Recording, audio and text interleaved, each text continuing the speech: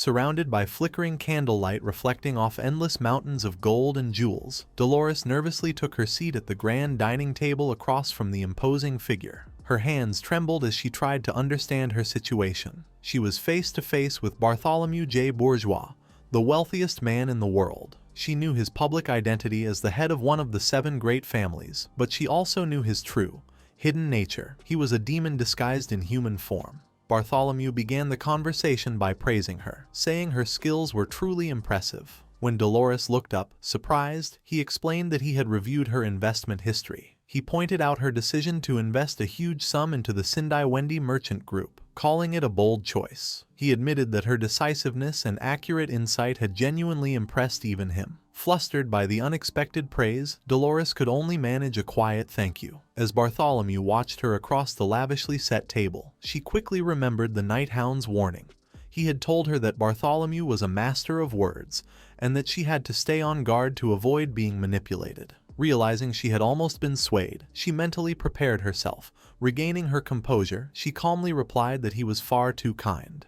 Bartholomew paused for a moment, his expression hard to read. Then, with a casual tone, he dropped a piece of information that shocked Dolores. He mentioned that Cardinal Humbert had visited him earlier that day, saying he seemed to be meeting many important people from Quo Vadis lately. The name hit Dolores hard, her face freezing in shock and horror. She already knew that Humbert was working with heretics, but she had never imagined that his corruption went this high, reaching the head of the bourgeois family. Noticing her shocked expression, Bartholomew asked if his words made her uncomfortable. He pointed out that as the saintess, she belonged to the New Testament faction of the church. He explained that he had deep connections with the priests of the Old Testament faction, and said it would be a shame if she distanced herself from him because of these political differences. Reaching out a hand in a gesture of false friendship, he continued to manipulate her. He claimed that he wished to be on good terms with the New Testament faction as well, but that they unfairly judged the bourgeois family's wealth, calling them inhuman and wicked. He argued that because of this, his family's own ways of doing good were not appreciated. Taking a sip of his wine, he asked if it wasn't a good and righteous act to use great wealth to perform great acts of good.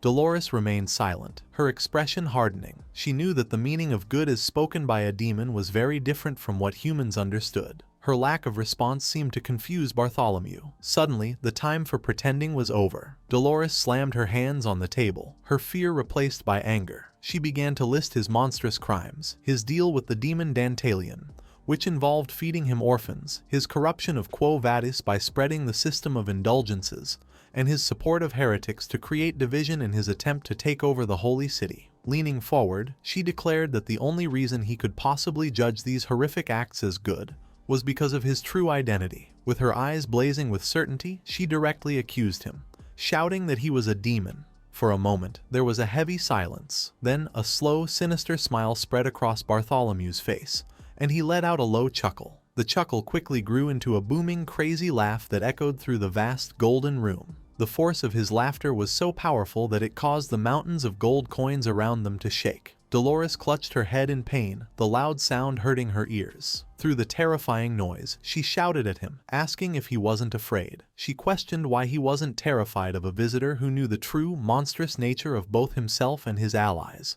Bartholomew's laughter died down, replaced by a scornful sneer. He scoffed at the idea of being afraid, saying it was impossible. He rose from his seat and loomed over the terrified Dolores, his voice dripping with arrogance as he asked what human in the world could possibly frighten him. In a flash, he was leaning over her, his face twisted into a monstrous grin as he grabbed her chin, his presence completely overwhelming her. But just as he was about to continue his torment, he froze. A flicker of confusion crossed his face as he sensed something was wrong. His gaze shifted toward the entrance of the vault, where the wooden carts that had carried the gifts now lay broken. From the shadows near the broken crates, a pair of intense glowing red eyes glared back at him, causing Bartholomew's own demonic eyes to widen in genuine shock. An immense suffocating pressure suddenly filled the entire room, catching the demon lord completely by surprise. A violent surge of red demonic energy erupted from one of the broken gift crates, and from within the explosion of power, a new figure emerged. It was the Night Hound, covered in a menacing red aura. He declared that the one human Bartholomew should fear was standing right there.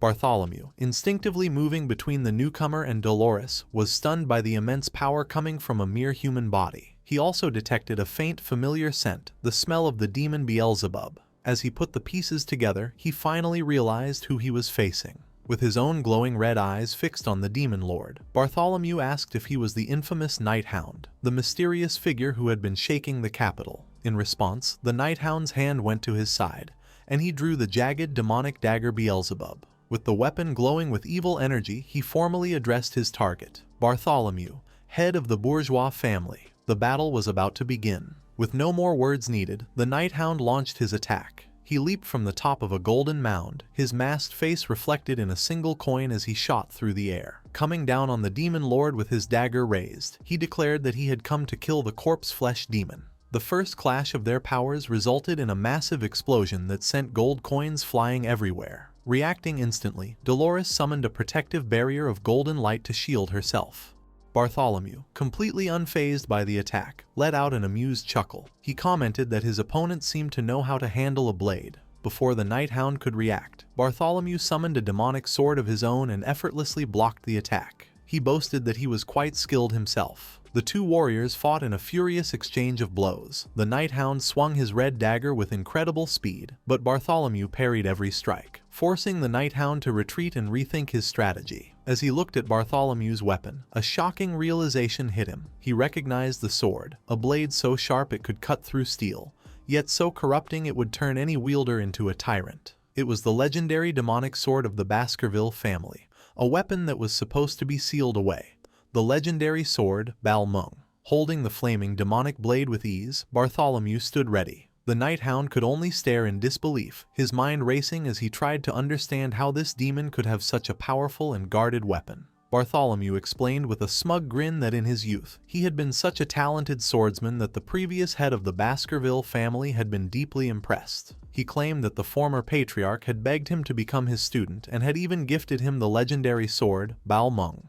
With that boast, he declared that for the Night Hound to dare fight him was simply bad luck. He then launched himself forward, leaping across the piles of gold to attack. The Night Hound had met the attack, blocking the flaming sword with his small dagger. A furious exchange of blows followed, their weapons clashing in a blur of red and gold light as Bartholomew unleashed a relentless series of strikes. As they fought, Bartholomew's frustration grew. He snarled, questioning how a mere human could know about his true nature as a corpse-flesh demon, and how he had managed to kill his demonic comrades. Their blades continued to clash, the ringing of steel echoing through the vault. Screaming that the fool's games were over, Bartholomew charged forward with all his strength, his demonic sword glowing with immense power. The blade found its mark, piercing straight through the Night Hound's chest in what looked like a fatal blow. From across the room, Dolores cried out in horror, screaming the Night Hound's name.